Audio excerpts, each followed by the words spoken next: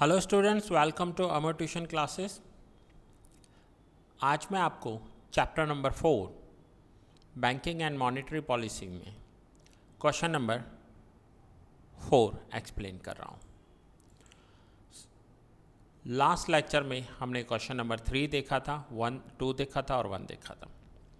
इसमें हमने ये समझा था कि बैंक्स क्या होते हैं, टाइप्स ऑफ बैंक क्या हैं, ठीक है, and meaning of commercial bank को हमने समझा था। Now question number 4, list down the primary and secondary functions of commercial bank. Commercial bank के प्राइमरी फंक्शंस कौन से होते हैं एंड सेकेंडरी फंक्शंस कौन से होते हैं। Commercial bank perform several functions which are as under. First, primary functions. Primary functions में जो मेन फंक्शंस होते हैं बैंक के, एक्सेप्टिंग डिपॉजिट्स, ये पब्लिक के डिपॉजिट एक्सेप्ट करते हैं। प्रोवाइडिंग क्रेडिट फैसिलिटीज़, लोन देने का काम करते हैं। पेमेंट एंड विड्रॉवल फैसिलिटीज़, ये अपने अकाउंट होल्डर्स को पेमेंट करने का या विड्रॉ करने का फैसिलिटी प्रोवाइड करते हैं। Credit creation and inter banking transactions. Now हर एक को हम डिटेल में समझेंगे, हर एक का पॉइंट इन डिटेल हम समझने वाले हैं। ये प्राइमरी फंक्शंस हैं। नाउ सेकेंडरी फंक्शंस कौन कौन से हैं बैंक के? So agency and utility services and be provide various facilities with changing times. So ये दोनों प्राइमरी एंड सेकेंडरी फंक्शंस हैं। अब एक एक को हम डिटेल में समझेंगे। जैसे यहाँ पर फर्स्ट लिखा हुआ है एक्सेप्टिंग डिपॉजिट्स, तो ये क्वेश्चन नंबर 4 में हमने सिर्फ हेडिंग्स देखे, हेड पॉइंट्स देखे। नाउ क्वेश्चन नंबर 4 के बाद हम क्वेश्चन 5 में ये जो एक्सेप्टिंग डिपॉजिट्स हैं इसे डिटेल में समझते हैं। Question number 5, explain accepting deposits as a primary function of commercial bank और explain different types of accounts that can be opened in bank। ये क्वेश्चन दोनों में आ सकता है, ठीक है। सो एक्सेप्टिंग डिपॉजिट का मतलब क्या होता है? बैंक में जो भी अकाउंट होल्डर्स होते हैं, जो अकाउंट ओपन करते हैं, उनके जो डिपॉजिट्स हैं, उनकी जो सेविंग्स हैं, वो बैंक एक्सेप्ट करता है। A bank accept money from the people that, यहाँ पर हम सेवर्स कह सकते हैं, जो पैसा सेव करते हैं, in the form of deposits. It gives safety to the deposit customers by acting as a custodian, that means caretaker of funds. जो बैंक में पैसा डिपॉजिट करते हैं वो अपने पैसों का ध्यान रखने के लिए बैंक को बोलते हैं। दैट मीन्स बैंक को वो as a caretaker appoint करते हैं। केयर टेकर किसे कहते हैं? कि ध्यान रखने के लिए जिसे अपॉइंट किया जाता है, that is caretaker. In a way people lend their savings to banks for which bank gives them interest. ये पॉइंट मैंने कल भी समझाया था कि जो भी बैंक्स में अपनी सेविंग्स रखते हैं उन्हें बैंक की तरफ से इंटरेस्ट मिलता है। Deposits are mainly of 3 types. 3 types की डिपॉजिट्स मेनली डिपॉजिट कर सकते हैं। अब वो 3 टाइप्स कौन से हैं? तो ये 3 टाइप्स के अकाउंट्स हैं। एक है करंट अकाउंट डिपॉजिट, दूसरा है saving account deposit and third is recurring deposit. ये तीनों अलग अलग टाइप के डिपॉजिट्स हैं जो मेन डिपॉजिट्स हैं, बैंक में कर सकते हैं। इसके सिवाय fixed term deposit, that means FD, जैसे लॉन्ग टर्म डिपॉजिट भी कहते हैं। तो ये सारे डिपॉजिट्स हम बैंक में कर सकते हैं। ये सारे पॉइंट्स आपके 11th में ऑलरेडी कवर हो चुके हैं, लेकिन फिर भी यहाँ पर हम एक बार समझ लेते हैं। करंट अकाउंट कैसे कहते हैं? A current account is open with a bank in the name of business. Underline कर लो, open with a name of business. ये किसी बिजनेस नेम पे ओपन किया जा सकता है या किसी फर्म के नेम पर, और an individual means business purpose ही होता है वो भी। The deposits in this accounts are more liquid than deposits in any other account. यहाँ पर मोर लिक्विड वर्ड लिखा हुआ है, दैट मीन्स करंट अकाउंट में पैसे डिपॉजिट करने या विड्रॉ करने की लिमिट नहीं होती, आप कितने भी ट्रांजेक्शन्स यहाँ पर कर सकते हो। Withdrawal can be made from this account any number of times during a day. एक दिन में कितनी भी बार हम यहाँ से विड्रॉवल्स या डिपॉजिट कर सकते हैं। The customers of this account are given a cheque book but do not get interest on current account deposits. On the contrary, certain times bank may impose some kind of service charge on this account। अब ध्यान से समझिए, current account जो होता है वो business के लिए ओपन किया जाता है, बिजनेस नेम पर होता है। इसमें ट्रांजैक्शंस की कोई लिमिट नहीं होती, कितने भी ट्रांजैक्शंस कर सकते हैं। बहुत बड़ी बड़ी कंपनीज होती हैं या जिनका बहुत बड़ा बिजनेस होता है, उनके करंट अकाउंट्स होते हैं, उसमें वो एवरी डे हज़ारों में ट्रांजैक्शंस करते हैं और लाखों करोड़ों का टर्नओवर करते हैं। कोई लिमिट नहीं है, बैंक चेकबुक इश्यू करती है, आप कितनी भी बार विड्रॉवल या डिपॉजिट कर सकते हो।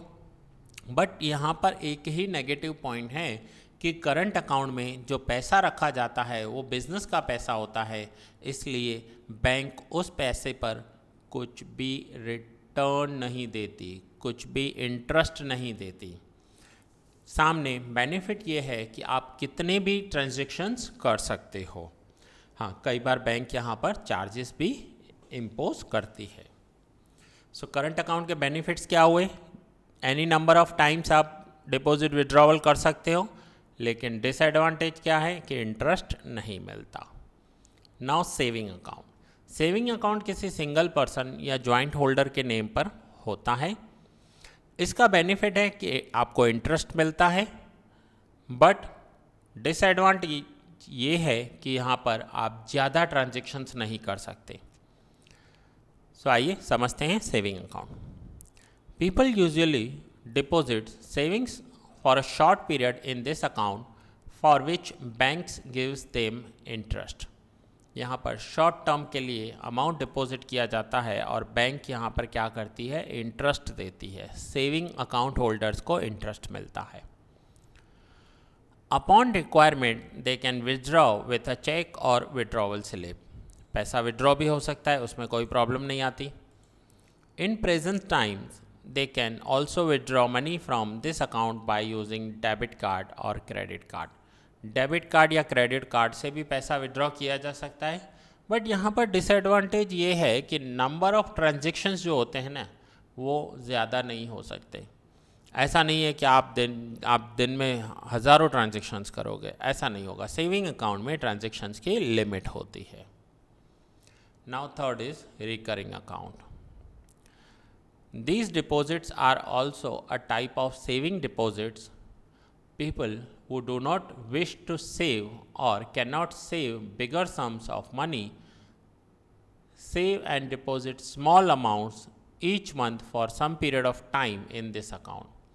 जो लोग बड़ी अमाउंट में पैसा सेव नहीं कर सकते हैं या जिनका अपने एक्सपेंडिचर पर कंट्रोल नहीं रहता है, वो एक स्मॉल अमाउंट इस रिकरिंग अकाउंट में डिपॉजिट कर सकते हैं एवरी मंथ एक फिक्स डेट होती है, उस डेट पर वहाँ पर वो एक स्मॉल अमाउंट डिपॉजिट करना होता है। Thus, the savings gradually increase and interest is paid on the accumulated money. Saving increase होती जाएगी और जितना भी पैसा जमा होता जाएगा उस पैसे पर इंटरेस्ट मिलता है। Thus, these deposits are called recurring deposit. By rules of some banks, if a person skips to deposit some month's money in this account, he or she may have to pay a penalty along with some interest loss. अब जब हम recurring account open करते हैं तो वहाँ पर हमें एक फिक्स्ड डेट पर एक फिक्स्ड अमाउंट डिपॉजिट करना होता है। ये इसलिए किया जाता है कि जिनका एक्सपेंडिचर्स पर कंट्रोल नहीं रहता है या जो स्मॉल अमाउंट सेव करना चाहते हैं, ये उनके लिए अकाउंट ओपन किया जाता है। इस अकाउंट में एवरी मंथ एक फिक्स डेट पर अमाउंट डिपॉजिट करना होता है। अगर वो डेट और अमाउंट स्किप हो गया तो बैंक पेनल्टी चार्ज करेगी। सो इसे कहते हैं रिकरिंग अकाउंट। और उसके बाद फिक्स्ड और long term deposits. These deposits are for a fixed period of time, and usually people who want to deposit money for a long period of time choose such deposit. अगर किसी को long period के लिए 1 साल 2 साल 5 साल के लिए पैसा डिपॉजिट करना होता है तो वो ये ऑप्शन चूज़ करते हैं। यहाँ पर क्या होता है कि यहाँ पर लॉन्गर पीरियड के लिए पैसा फिक्स्ड डिपॉजिट हो जाता है, एफडी में चला जाता है, और जब वापस मिलता है तब इंटरेस्ट के साथ मिलता है।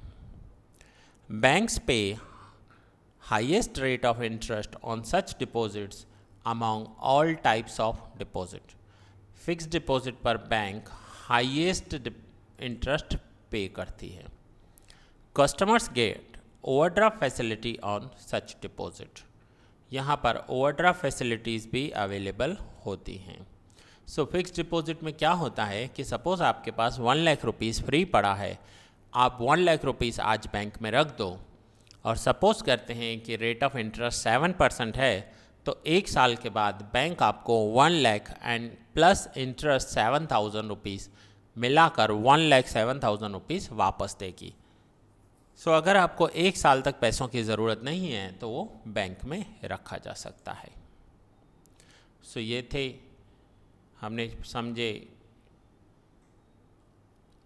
डिपॉजिट्स, कितनी टाइप्स के डिपॉजिट होते हैं, और ये एक प्राइमरी फंक्शन में आता है, बैंक का प्राइमरी फंक्शन है। और भी प्राइमरी फंक्शंस हैं जैसे providing credit facility, credit creation, सारे हम समझेंगे। सो ये एक्सेप्टिंग डिपॉजिट्स और कितनी टाइप्स के डिपॉजिट्स होते हैं, current account, saving account, recurring deposit and long term deposits भी हैं। अब हम नेक्स्ट समझेंगे credit facilities. Bank credit facilities कैसे देती है। ये जो आप ऊपर देख कर आए हो ना, ये सारे पॉइंट्स हम कवर करने वाले हैं।